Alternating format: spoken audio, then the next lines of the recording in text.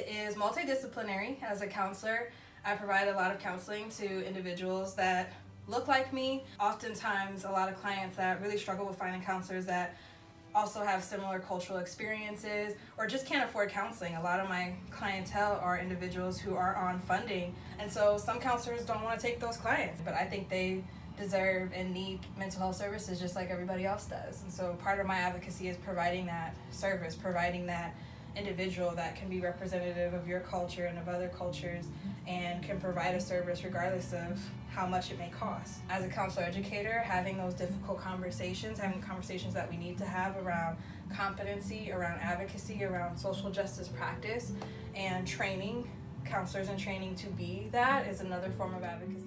Advocacy to me means helping and assisting people, ensuring that their voice is generally heard, and helping and defending and protecting rights of people.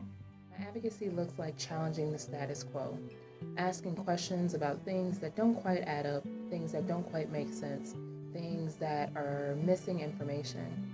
When people who are unheard, who are made invisible, to ask those questions that bring light to those people, to those situations, creating spaces for curiosity and consideration where a lack of consideration may have persisted beforehand. My advocacy looks like standing up and taking notice. Advocacy to me is, stepping in and being willing to be available and supportive when there's an event where someone's requesting someone to speak to certain concepts that maybe people don't feel comfortable talking about. Advocacy means to me is stepping up and being able to be a person who's willing to talk about topics within a staff meeting that may be difficult to talk about. Advocacy means to me is actually bringing in the understanding that we need to increase our trainees. So having a conversation and stepping in and looking at advocacy as being part of programming.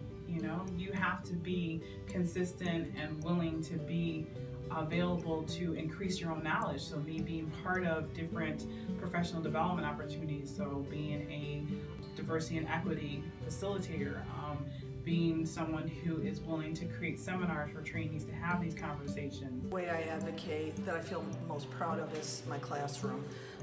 In particular, a course that I teach an LGBTQ counseling course. Not only do we talk about, obviously, the LGBT community, but the intersectionality. So I think there's a lot of different angles that come into play. And I provide immersion experiences and different ways that students get an idea of what advocating means. Social advocacy looks like bringing awareness to populations that often are misunderstood, bringing my experiences to the classroom, bringing that experiential learning to students who are about to go out in the fields and work with populations like ex-offenders and gang members, things that mean the most to me, like vitiligo, working with individuals who are characteristically unique and talking about these issues and being able to teach other counselors and trainings how to work with individuals from that population. So that's what my social advocacy looks like.